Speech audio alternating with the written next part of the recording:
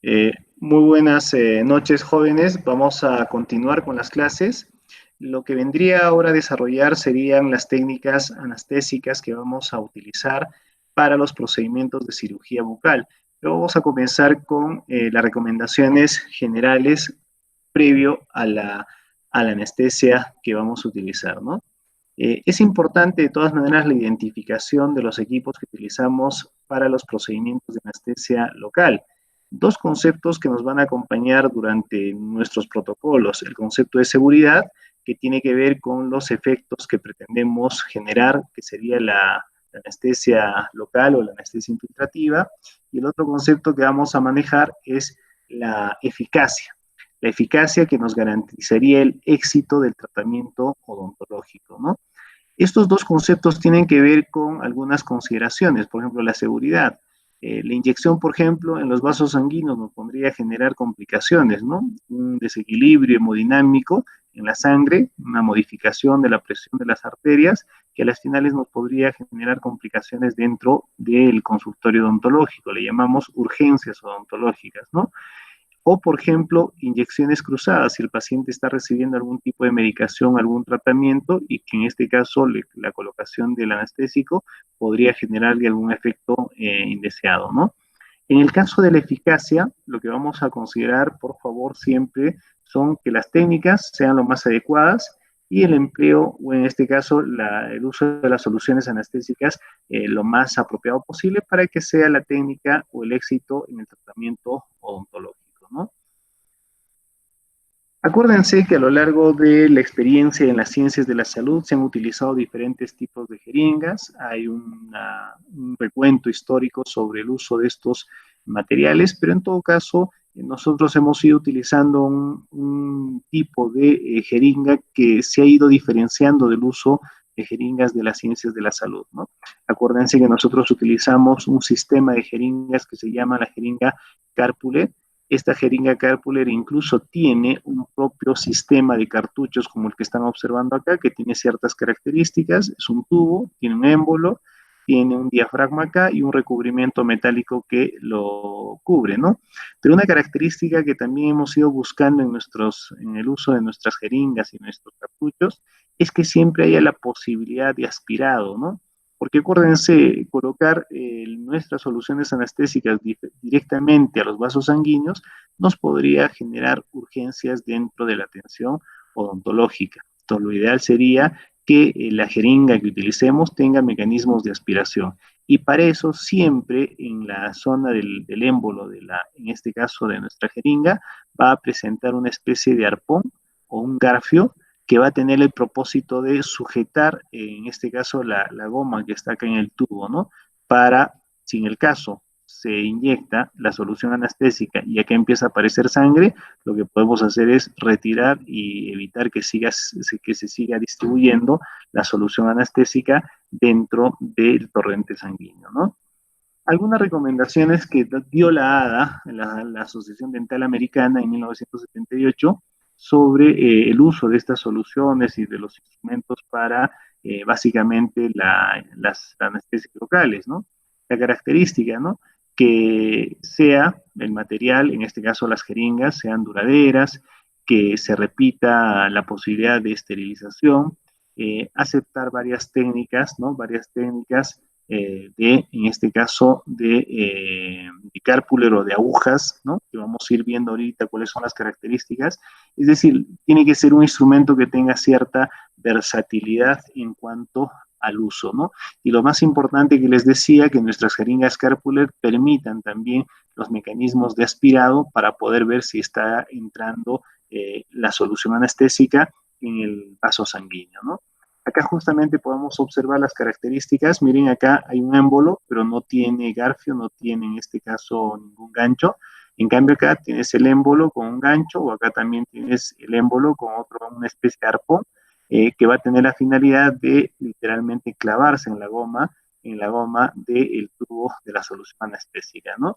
Que en este caso son opciones de los diferentes tipos de jeringas que podemos utilizar. Igual, esta es nuestra jeringa Carpule clásica, ¿no? Acuérdense que tenemos la ventaja de cargar la solución anestésica y el cartucho a este nivel. También tenemos la posibilidad de colocarle la aguja y lo más importante en este caso, la posibilidad del aspirado, ¿no?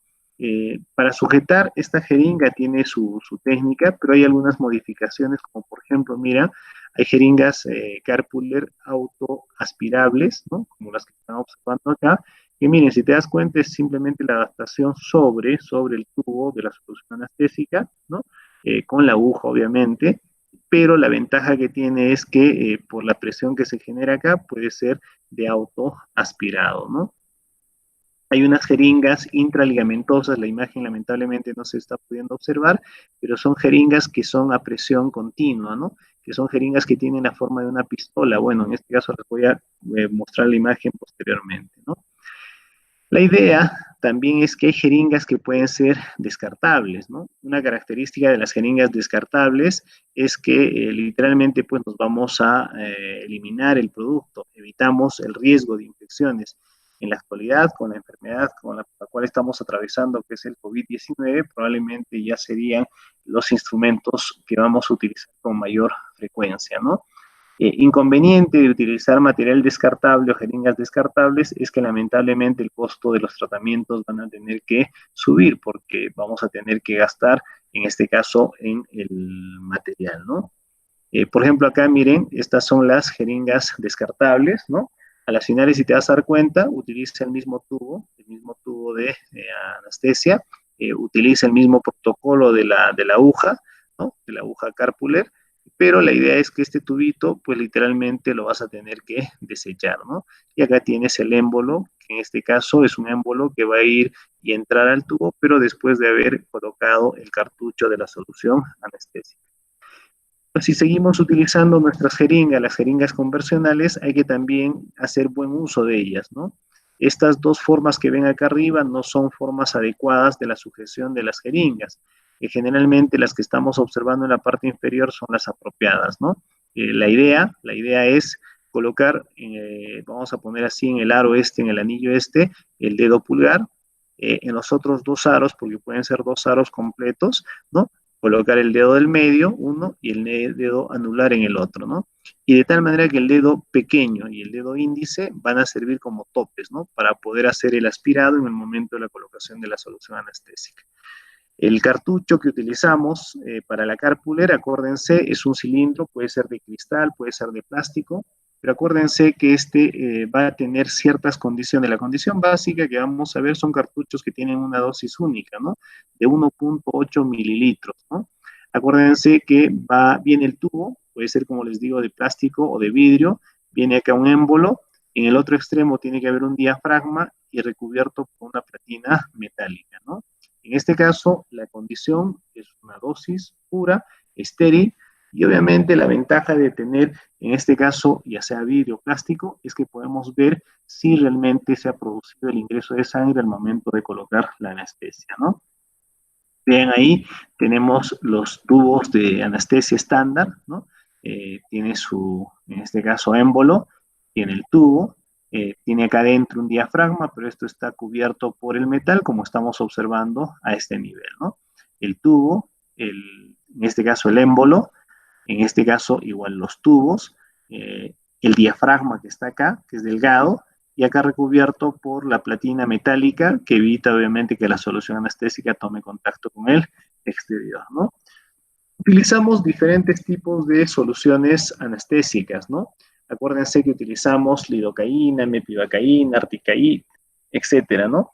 Pero hay que considerar que las soluciones anestésicas siempre pueden ir acompañadas, reitero, con soluciones vasoconstrictoras. No siempre es así, ¿no es cierto? Pero digamos, el anestésico más utilizado es la lidocaína, seguido de la mepivacaína. Las otras opciones también las podemos encontrar en el mercado y vamos a ver justamente en la presentación qué características tiene, ¿no? Por ejemplo, miren, ¿no? La lidocaína, la concentración, acuérdense, de la solución anestésica es al 2%. En este caso va acompañada de adrenalina. La proporción de adrenalina es así, ¿no? 1 en 100.000, que esa es una posibilidad. Porque también hay cartuchos de solución anestésica de lidocaína al 2% con adrenalina, pero la proporción de la solución vasoconstrictora es 1 en 80.000. Definitivamente, si comparamos entre estas dos soluciones anestésicas, este tiene mayor concentración de adrenalina. Este tiene la adrenalina más disuelta, ¿no? Eh, Hacemos hincapié en estas condiciones porque lamentablemente debemos de que siempre pensar que la adrenalina es un vasoconstrictor, pero que tiene efectos simpáticos miméticos, ¿no?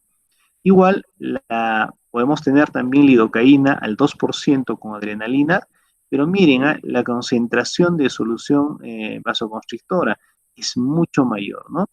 O la lidocaína al 2% también con noradrenalina, pero con una alta concentración de vasoconstrictor. Acuérdense que el vasoconstrictor le va a proporcionar mayor durabilidad a la solución anestésica, ¿no? En este caso sería una condición que debemos de sopesar, pero lamentablemente mayor concentración de adrenalina en el torrente sanguíneo genera efectos simpático-miméticos, ¿no? Y si el paciente tiene problemas cardiovasculares, simplemente podríamos estar complicándonos o generando una urgencia dentro del consultorio odontológico. Otra solución anestésica que solemos utilizar es la mepivacaína al 3%. Acuérdense que la mepivacaína puede ir sola, es un anestésico muy potente, muy fuerte, y sus efectos obviamente son suficientes en una concentración del 3%. No necesita vasoconstrictor. Pero también podemos encontrar mepivacaína, como en este caso, al 3% más adrenalina. Generalmente la mepivacaína sin vasoconstrictor, acuérdense, es para pacientes que les llamamos así, cardíacos, ¿no? Pacientes que tienen problemas cardiovasculares. La articaína, acuérdense que es otra solución, otro principio activo, puede venir al 4%, puede venir también con adrenalina y las concentraciones pueden ser de 1 en 100.000 o 1 en 200.000. Va a depender de cuál sería la concentración. La prilocaína es otro principio activo de solución anestésica. En este caso viene una concentración al 3%, pero el vasoconstrictor puede ser la felipresina. La concentración de felipresina, que en este caso es de 0,03 unidades internacionales. Una característica de la felipresina es que tiene efectos vasoconstrictores, pero solo en la zona de punción, es decir, no tiene efectos simpáticos miméticos, ¿no? Y finalmente la bupivacaína, que es otra opción de solución anestésica, pero la concentración de la bupivacaína puede ser de 0,5% y la adrenalina 1 en 200.000, ¿no? En este caso sería una presentación de esta solución anestésica. Aparte de los dos componentes que acabamos de hablar en todo cartucho de solución anestésica, es decir, aparte del principio activo de la anestesia y del vasoconstrictor, podemos encontrar otros componentes, por ejemplo, antioxidantes, el bisulfito sódico, estabilizadores de pH, el hidróxido de sodio, ajustadores de osmolaridad, el cloruro de sodio, y obviamente el vehículo en el cual va disuelto todas estos componentes del cartucho de solución anestésica, que sería el agua destilada. Acuérdense que las agujas es el otro complemento que tiene en este caso el material, el instrumental necesario para la colocación de anestesias. Tiene también su historia, va acompañada al diseño de la jeringa que nosotros vamos utilizando. Una característica es que estas agujas básicamente son totalmente descartables, desechables, ¿no?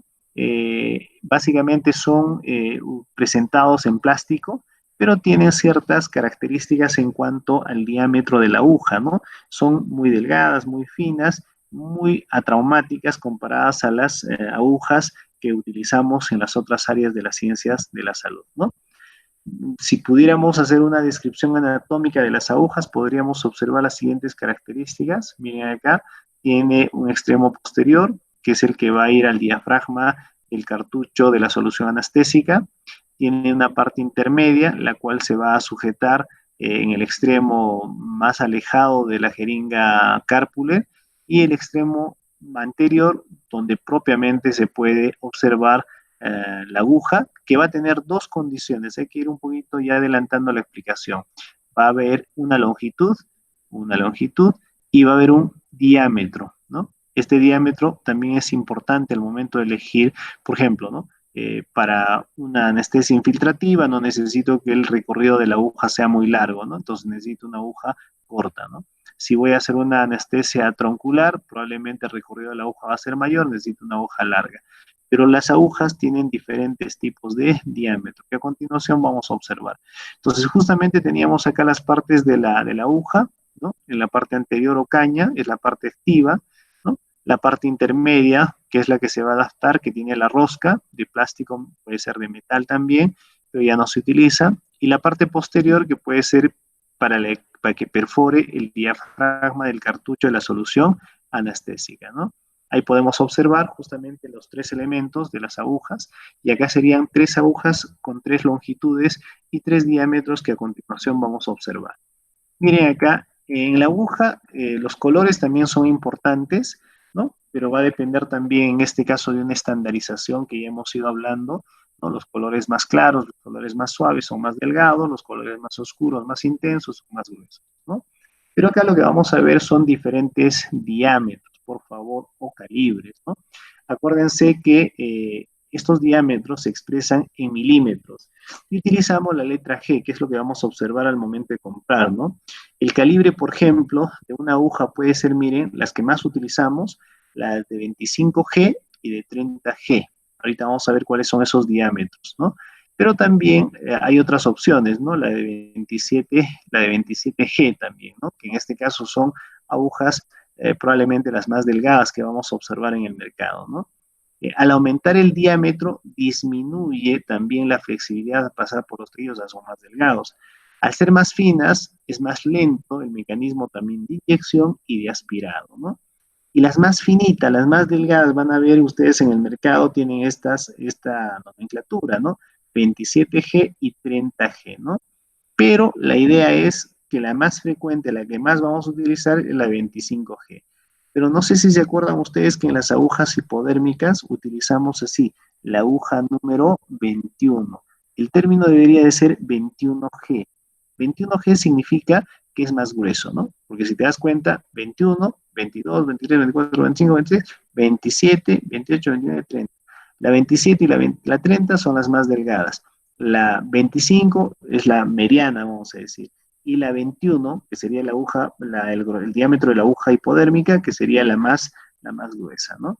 Justamente acá estamos observando estos calibres, por favor, chequen acá, la nomenclatura sería la que estamos utilizando así, 20G, 22G, 25G, 27G, 30G, que en este caso sería la nomenclatura para el diámetro. Pero cuanto más es el número, es más delgado el diámetro de la aguja. Miren acá, 30 milímetros, 40 milímetros, medio milímetro, ¿no?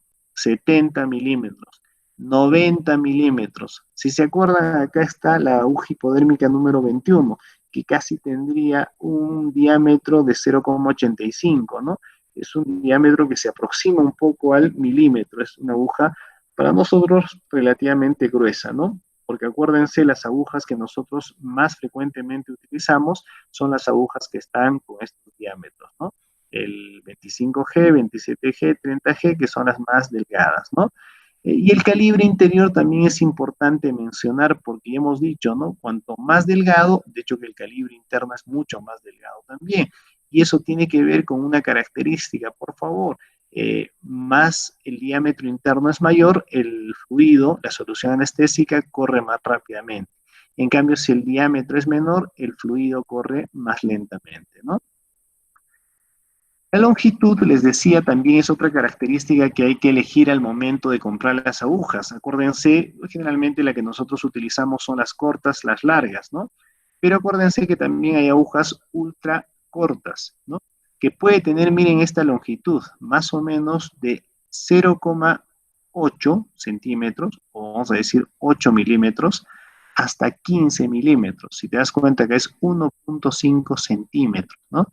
Generalmente te decía, los colores más suaves son los colores más delgados, ¿no? En cambio, las agujas cortas pueden ser de 16 milímetros hasta 24 milímetros. Si te das cuenta, 2 centímetros y medio, que es lo que más frecuentemente vamos a utilizar, ¿no? Tienen cierto color en su presentación.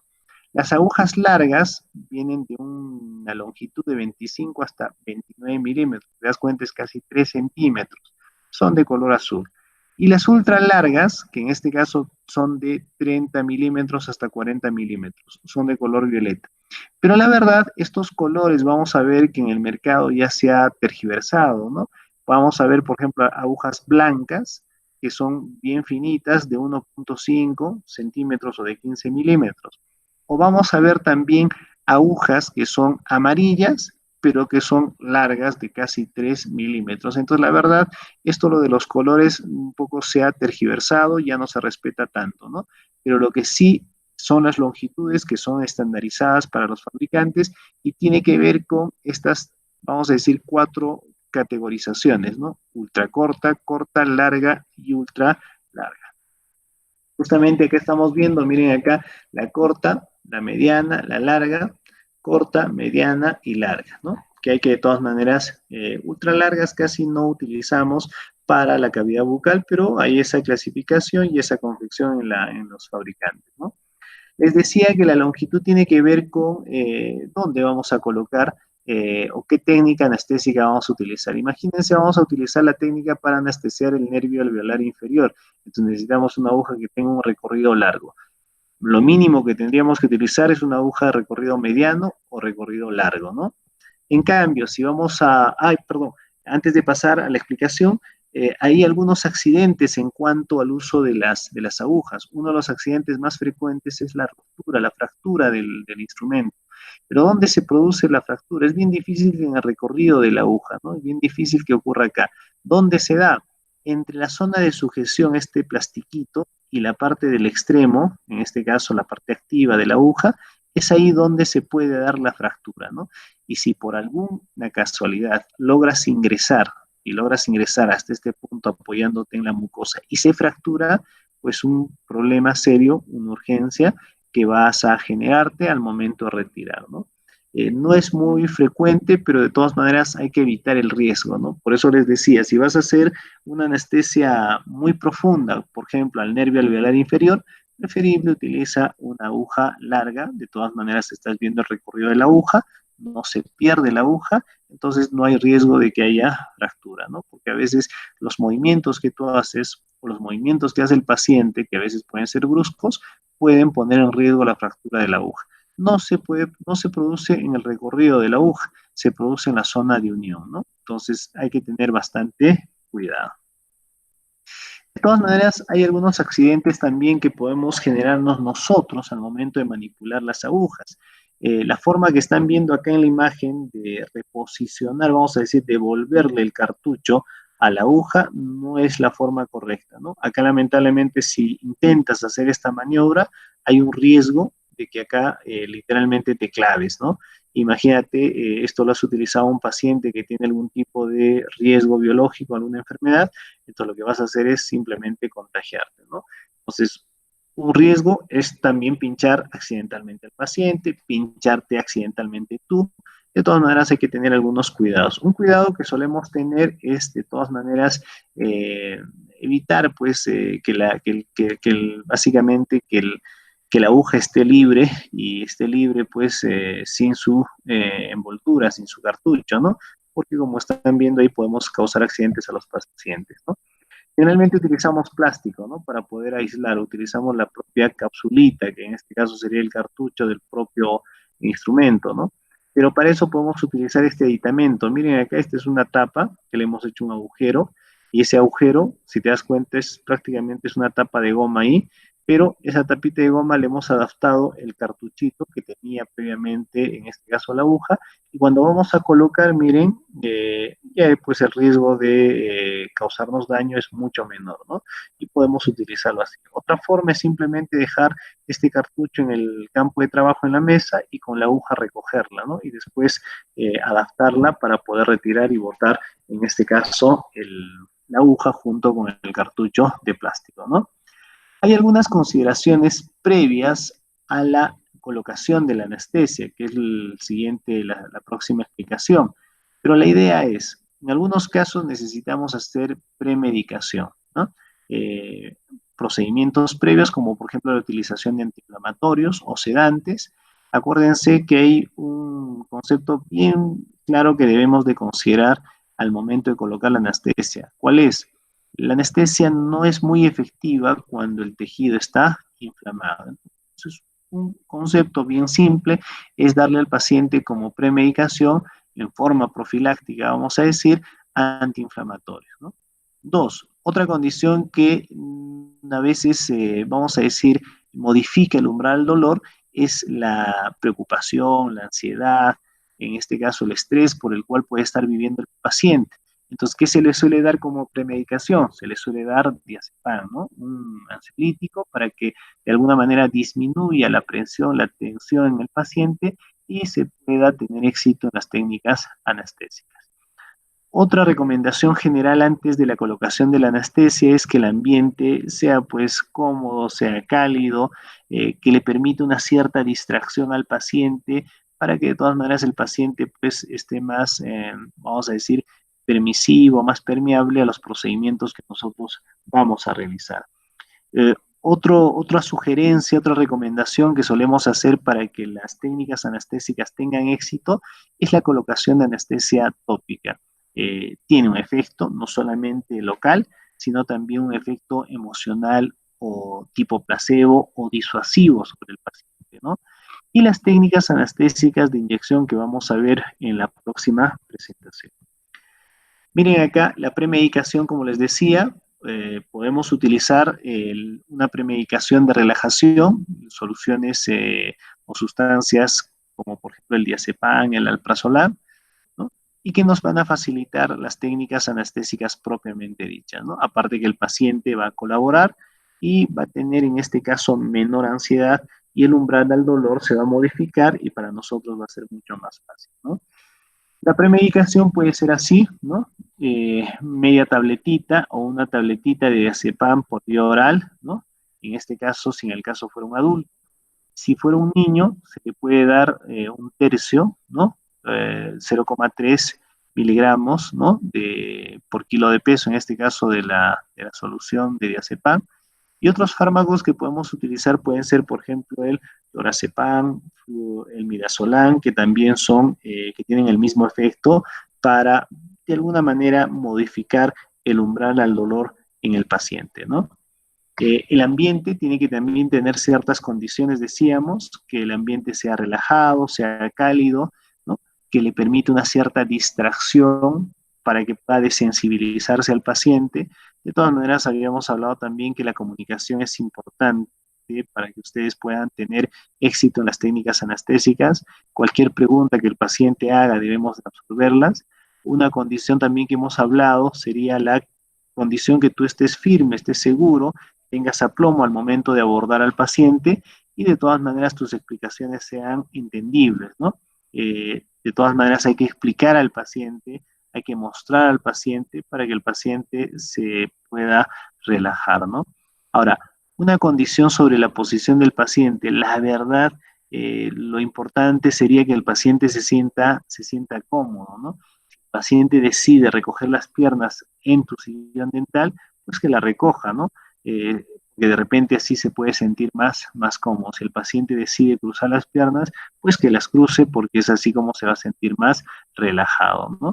Y obviamente esto tiene que ver con algunas condiciones también funcionales, ¿no? La posición de cúbito que ponemos en el paciente para hacer la intervención tiene que ver con algunos mecanismos cardiovasculares, ¿no? En este caso ustedes ya conocen, la posición supina hace que el volumen de sangre sea mayor a nivel de la zona principalmente encefálica, ¿no? Miren ahí la posición del ambiente que tenga ciertas condiciones, bueno, ahí el ambiente está un poco saturado, pero la verdad la posición del paciente, cuanto más cómodo se sienta, es mucho mejor, va a permitir un mejor, vamos a decir así, una mejor relación en los procedimientos, principalmente que generan dolor, ¿no? El uso de la anestesia tópica, jóvenes, es importante. Utilizamos silocaína, utilizamos en este caso anestésicos tópicos, ¿no? Pueden ser en aerosol o pueden ser en gel, ¿no?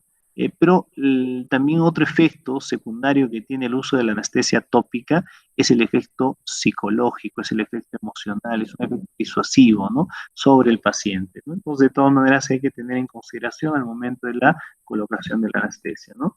Y finalmente, antes de colocarle la anestesia, debemos hacer algunos protocolos previos, ¿no? Que de todas maneras son protocolos para la técnica anestésica propiamente dicha, ¿no? El campo operatorio definitivamente tiene que estar desinfectado, ya hemos hablado en clases anteriores, tenemos que hacer un destartaje, una profilaxis, un enjuagatorio con clorexidina, ¿no? Hacemos la elección de la aguja, acuérdense que las agujas más delgadas, más pequeñas, ¿no? El diámetro de la aguja, la penetración de la barrera mucosa, ¿no? Hacemos en este caso parte del protocolo, el aspirado de la saliva, que es importante, ¿no? Y etcétera, una serie de procedimientos que nos van a llevar al éxito en las técnicas anestésicas. Una recomendación que también hay que siempre evaluar es la temperatura de la anestesia, ¿no? Que de alguna manera también es disuasiva para el paciente, ¿no? Otro concepto que también debemos de considerar es la velocidad de la inyección. Si tú haces una presión muy intensa de la jeringa, la presión con la cual va a salir la solución anestésica va a ser muy intensa, ¿no? Y ese debridado que va a ser la presión del volumen de la solución anestésica dentro de los tejidos puede generar una sensación de incomodidad que el paciente lo puede confundir con dolor, ¿no? Otra recomendación es el tiempo de espera, ¿no? Que de repente, pues, si el paciente espera mucho tiempo, la ansiedad de la aprehensión puede aumentar y el umbral del dolor puede, en este caso, disminuir y tener una experiencia no tan agradable para, en este caso, el paciente, ¿no? Miren, la desinfección, utilizamos clorexidina, ¿no? Que sería, digamos, la recomendación más importante para poder hacer, es la solución antiséptica más usada para limpiar la cavidad bucal, ¿no? No, una recomendación en el momento de colocar la anestesia, no atravesar el foco infeccioso o purulento, ¿no? Y evitar la inyección de burbujas de aire, ¿no? Que a veces suele ocurrir y de repente pues no nos damos cuenta, ¿no? Pero para eso son los cartuchos con plástico o vidrio que son transparentes, ¿no? La elección de la aguja, ya hemos visto, ¿no? Va a depender de las técnicas también anestésicas, pero de todas maneras siempre hay que escoger bajo ciertos criterios. Un criterio puede ser, ¿no? Para la región de los incisivos, al menos para técnicas infiltrativas, la longitud de la aguja de repente tendría que tener estas características, ¿no? Para los caninos, para los premolares, para los molares superiores, una aguja de longitud mediana, ¿no? Y para el bloqueo de la mandíbula, ahí sí de repente las agujas largas, ¿no? Entonces, acá hubo un error en la redacción, son agujas pequeñas, medianas y las agujas largas, ¿no? El bisel ya la verdad no tiene mayor importancia, pero siempre buscamos bisel interno dirigido hacia la zona de la anestesia, ¿no? Y hay que siempre utilizar maniobras de distracción en el momento de colocar la anestesia, ¿no? O colocar la aguja en este caso, ¿no? El aspirado es importante, que les decía, acuérdense, en las técnicas anestésicas y más aún las jeringas Carpuller están literalmente diseñadas para ser aspirado, ¿no? La idea del aspirado es que no estés colocando pues a nivel del vaso o de los vasos sanguíneos, ¿no? Si estuvieras inyectando al nivel de los vasos sanguíneos, hay que retirar, en este caso, la aguja y volver a inyectar, ¿no? La introducción de la aguja, hay que ingresar con la aguja, pero no a los vasos sanguíneos. Ya hemos visto que puede producirse la inyección dentro del torrente sanguíneo. Los vasos que más fácilmente podrías atravesarlos son las venas. Las arterias es un poquito más difícil, ¿no? Ahora, evitar también hacer una punción en los nervios, ¿no?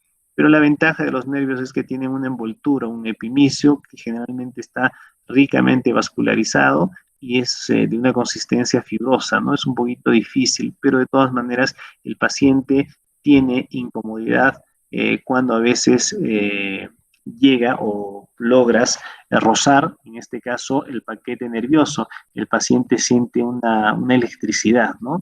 Entonces es un mecanismo de protección, ¿no? Insertar la aguja en dirección única, ininterrumpida. Justamente vamos a ver en las técnicas anestésicas cómo se va a hacer este procedimiento, ¿no? Eh, obviamente, lo ideal es que en la técnica anestésica no le generemos sensación dolorosa al paciente. Pero una condición que siempre debemos de tener en cuenta es que cuando el tejido está inflamado, vamos a decir, primero la inyección, la aguja, la colocación de la aguja, pues le va a generar una sensación desagradable al paciente. Y dos, va a ser un poco más difícil que la solución anestésica realice el efecto deseado, ¿no? La inyección de la anestesia, que después vamos a ver en una explicación en una clase el día de mañana, ¿no? Vamos a ver que es un poquito, tiene su protocolo, tiene sus indicaciones, pero que de todas maneras vamos a explicar posteriormente, ¿no? Acuérdense que nuestros cartuchos de solución anestésica tienen cartuchos de concentración única, 1.8 mililitros, ¿no? Pero hay algunas consideraciones a nivel de las zonas, por ejemplo, de las papilas interdentarias, ¿no? No exceder más de 0,2 mililitros de volumen, ¿no? Generalmente para la colocación de la inyección buscamos siempre un punto de apoyo para que no estemos pues blandiendo la aguja y colocar pues en un solo sentido la aguja para que no haya mayor eh, problema o sensación incómoda hacia el paciente, ¿no? Y cuando empecemos a hacer la inyección, la presión tiene que ser continua, pero una recomendación que la presión sea continua y lenta, ¿no? Justamente ahí podemos observar, miren ahí, es una técnica anestésica para el nervio alveolar inferior, es una anestesia troncular. Utilizamos una aguja generalmente que sea larga para poder observar el recorrido de la aguja dentro de las estructuras, en este caso mucosas, ¿no? Y podemos, bueno, en este caso colocar la solución anestésica bajo las indicaciones que anteriormente habíamos explicado, ¿no? El volumen de la solución anestésica, acuérdense, va a depender también de la zona donde coloquemos la solución anestésica, pero nuestro volumen estándar, acuérdense, es 1.8 mililitros, ¿no? Si vamos a hacer, por ejemplo, infiltración en la zona supraperióstica a nivel, digamos, de las piezas dentarias, principalmente la arcada superior, no colocamos pues entre 0,5, es decir, un tercio de cartucho, a lo mucho un cartucho entero, ¿no? Que sería de repente lo máximo que podríamos colocar en técnicas infiltrativas, ¿no? Si hay otras técnicas, obviamente complementarias, porque en algunos casos la solución anestésica no hizo efecto, pues repetimos los procedimientos, ¿no? También igual siempre buscar un punto de apoyo para la colocación de la solución anestésica, ¿no? La temperatura del anestésico, generalmente debemos de entibiar el anestésico, ¿no? Acuérdense que esa maniobra podemos realizar frotando, ¿no? Frotando el cartucho de la solución anestésica para poder, obviamente, incorporarlo al cuerpo y que tenga una temperatura que sea, vamos a decir así, amigable, pues, con el paciente, ¿no? Y no le genere la sensación incómoda de una solución anestésica fría, ¿no? Una recomendación al menos para poder aumentar la temperatura del cartucho es que la cárpula esté ligeramente tibia, ¿no? O caliente, ¿no? En este caso, bueno, son también efectos disuasivos que se pueden generar en el tratamiento para el éxito de la solución anestésica, ¿no? Y finalmente, la velocidad con la cual vamos a trabajar, la velocidad, acuérdense, es una velocidad lenta, ¿no? Porque si hacemos una presión muy rápida, puede generar una sensación desagradable en el paciente, ¿no? Ahora, una vez que colocamos la solución anestésica hay que esperar un cierto tiempo, tampoco no es mucho, ¿no? En la actualidad, pues el efecto es inmediato, ¿no?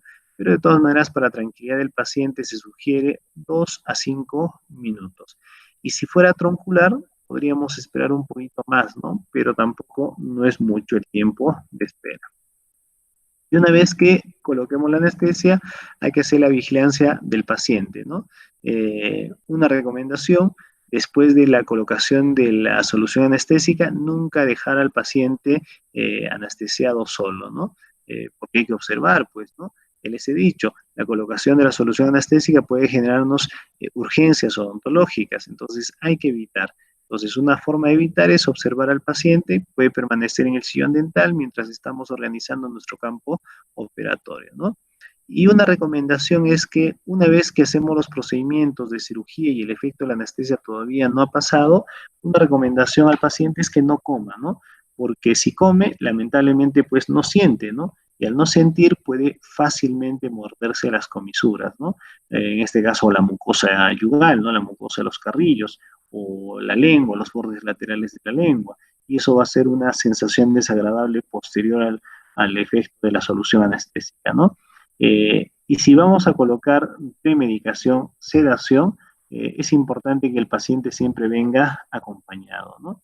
Entonces, jóvenes, esta sería la presentación previa que debamos hacer con respecto al uso de las soluciones anestésicas. Y lo propio vamos a continuar con las técnicas anestésicas por sectores